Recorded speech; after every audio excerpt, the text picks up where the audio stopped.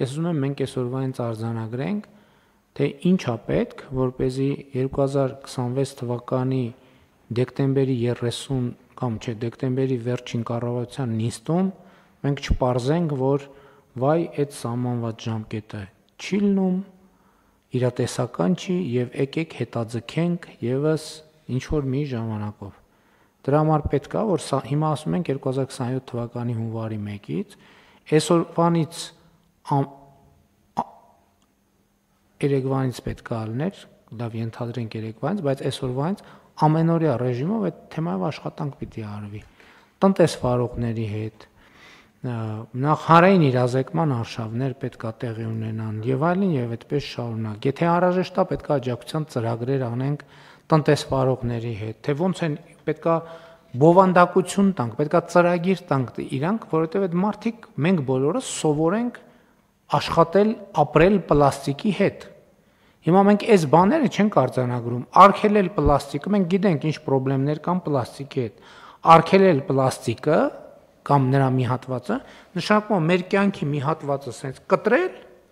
եւ դնել մի կողմ։ Դա ցավոտ է, որովհետեւ հիմա ինչքան էլ մեր օրգանիզմի մաս չի, չնայած հիմա ցավոք նաեւ մեր օրգանիզմի մաս է, բայց պլաստիկը պոկել այդ ցավոտ process է։ Մեզ թվում է թե ինչ է, դե կառավարության որոշում է, օրենք ընդունեցինք, վերջ, լուծվեց։ Ոչ թե չի։ Մենք պետք է ուղեկցենք ամբողջ process-ը, հասկանանք մարդիկ ինչ խնդրեմ են հետ են բախվում այս որոշման արդյունքում։ Այդ խնդրի լուծման մեր ճանապարհը եւ ընկալումը որն է եւ այլն եւ այդպես շարունակ։ Երկրորդ հարցի հետ կապված, այսինքն ես ակնկալում եմ, որ առաջիկայում մենք նաեւ աշխատանքային քննարկումների ժամանակ դուք ներկայացնեք, թե մինչև 2027 թվականի հունվարի 1-ը մենք ինչ պլան ունենք այս որոշումը կյանքի կոչելու համար։ Երկրորդ ընդհանուր առմամբ պարզ է, մենք էլի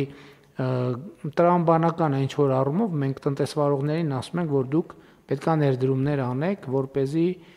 արտադրական կեղտաջրերը մաքրեք։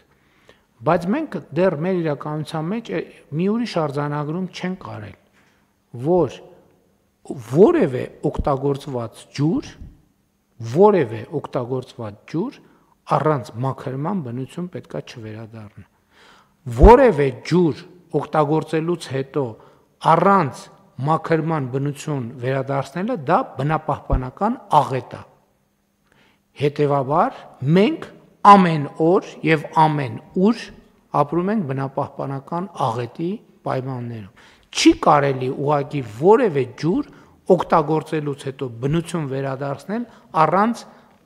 առանց մաքրման։ Եվ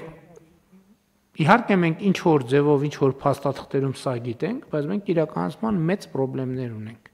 Մասնավորապես այսօր ես նույնիսկ չգիտեմ, մեր ընդհանրապես բնակավայր կա, որ օգտագործված ջրերի մաքրման գործող նորմալ կայան ունի։ Ես խիստ կասկածում եմ, որ